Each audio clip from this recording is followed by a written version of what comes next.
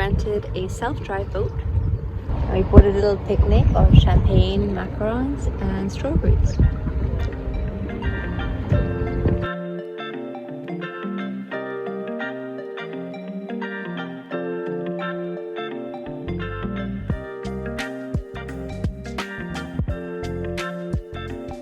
Hi everyone, welcome to Ash Venture. Today's video I'm going to talk about my trip last weekend. I went to Cliveden House and then to Windsor, and I'm going to tell you all about it. I'm really excited because it was so nice. And if you're in London or you're planning to come to London, it's a really nice weekend trip or even a day trip. So stay tuned. If you're new here, my name is Ash. I live in London. I'm a doctor. I love to travel. I also like personal finance, so you'll find videos about both those topics here, as well as some videos about my life in medicine. The situation in the UK at the moment is that outdoor restaurants and bars are open, some gardens are open, and museums, I think, but a lot of hotels are not. Only self-contained accommodation is allowed at the moment. So hotels that have, say, garden rooms, like rooms that are separate, they're open, but a lot of the hotels with just like the one main house are not allowed to open, and no indoor dining is allowed. So we are a bit limited in terms of what we can do. I've also found that it's been really hard to book anywhere. The combination of everyone has been locked up for months and everyone wants to go out. The weather has also been really good, and equally, just because not that many places are fully open, space is really limited. So this was a nice thing to do because the gardens are huge, so I think there's lots of room for people to come. You do have to book in advance, but I'll give you all the details later. Let's jump into it. But first, if you could hit that like button, it would make me so happy. Also, I have a lot of trips planned and a lot of fun videos coming up, so if you like this kind of content, please do subscribe.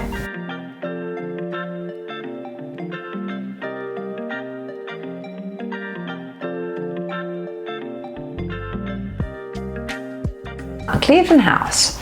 I don't even know if I'm saying that right. I think that's how you pronounce it. It's about an hour out of London, or just under an hour if you're driving from central West London, or you can get the train to Maidenhead and then it's about a 10-minute Uber. We were staying in the area near Slough actually, so we got the train to Slough, dropped off our bags and then got an Uber, which was about 15 minutes or so.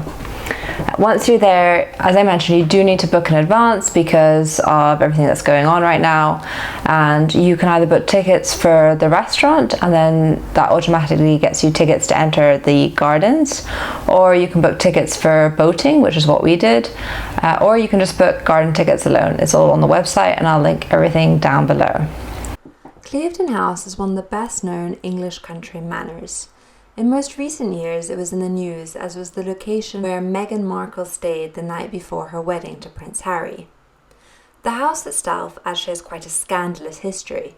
It was built by the Duke of Buckingham in the mid-17th century, reportedly for his mistress. It was also the backdrop in the 1960s for the famous Profuma scandal between the Conservative Party's Secretary of State and an escort. The house and its grounds have been part of the National Trust since 1942, and in 1985 it was turned into a luxury hotel.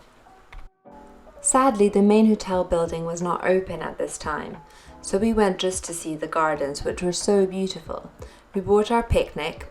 Unfortunately, one of us was very hungry, so we didn't actually scope around for the absolute best picnic spot, and we ended up eating at a very subpar spot quite near the road. But for future reference, I would recommend going to the back of the house and then looking down on all these mazes and picking your spot amongst one of the mazes, or perhaps down the end of the garden looking back up at the house.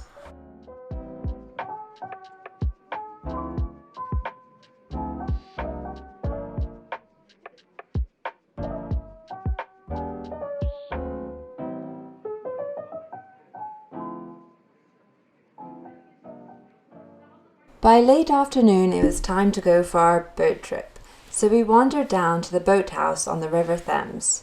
We had booked a self-drive boat, but you can also book paddleboards and canoes, and they all look so nice, so I would definitely recommend doing this. It's super pretty and relaxing.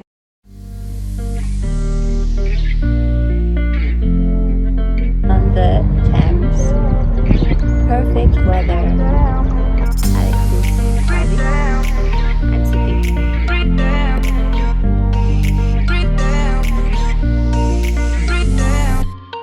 It was back in the time, yeah, back in the time when you and I were something. It was back in the time, oh yeah. You know that I tried, yeah, I really tried. Oh, you gave me that feeling. So after the boat ride, which was so nice, like I just can't express how lovely it was, we then went back to the hotel, which was called Stoke Place, and it's in Slough.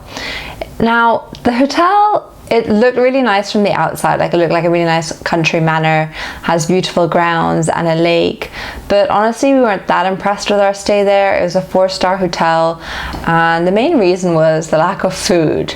So they were doing an outdoor dining area, which was huge. There was loads of tables, like they had acres and acres of space, and they'd done massive marquees which looked lovely, but when we checked in they never mentioned about dinner or like that we needed to book in advance. So I guess that's on us, like we should have booked in advance, but in my mind I just think that if you're an in-house guest, they reserve space or they ask you in advance, do you want to have dinner here tonight? Because that's kind of what's happened before, but maybe that's just the other places that I've stayed in.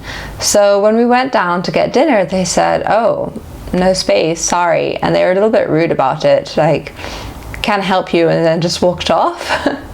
And the problem with that hotel is that it's really in the middle of nowhere. There was one pub that was in walking distance, but by the time we got there they'd already had their last orders and there was nowhere else in walking distance. And because of this issue about booking places and such limited availability, we were thinking about going into Windsor town itself, but we didn't want to go all the way into Windsor and then not find anywhere and then it'd be even later. So we ended up ordering Deliveroo to our hotel of pizza. I mean, it was good pizza, but yeah, I think they could have been just even a bit more helpful, like visibly like check the book to see if there was space. Then the next morning when we woke up, we hadn't pre-booked breakfast. Again, I guess our fault, but I thought there would be a place to have coffee at least, because it is a 4-star hotel. Like I thought there would be catering facilities. But when I went to ask the manager, they said there was no food facilities or coffee or anything being served till noon. So yeah, we quickly checked out and then went into Windsor. And in terms of the room itself, it was fine. We got it for a really good rate, like not expensive at all, but it did look it. It was a bit like run down, definitely needed a revamp. And yeah, the main thing was the grounds were nice, so perhaps go for lunch, but I wouldn't really recommend staying.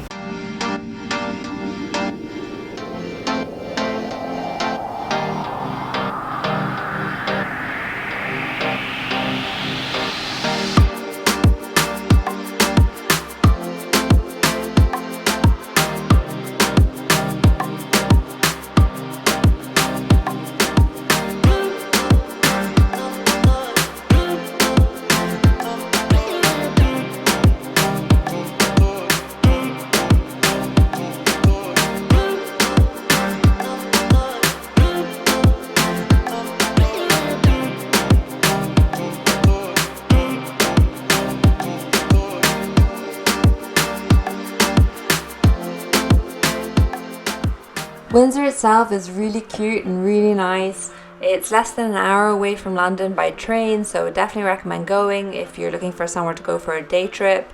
It's famous because of Windsor Castle, which is one of the royal residences and also where the Queen spends a lot of her time. Our first stop was Café Rouge for breakfast. We were so hungry at this point. It's about 12 o'clock and we had a huge breakfast and it was right next to the castle, which was good. And then we went for a wander around the town. We got coffee by the river. Again, blue skies in April. This is like pretty unheard of to have so many good days of weather in a row. But yeah, can't complain. It was amazing. And we then just explored a bit. Didn't do anything too hectic and then headed back to London in the afternoon.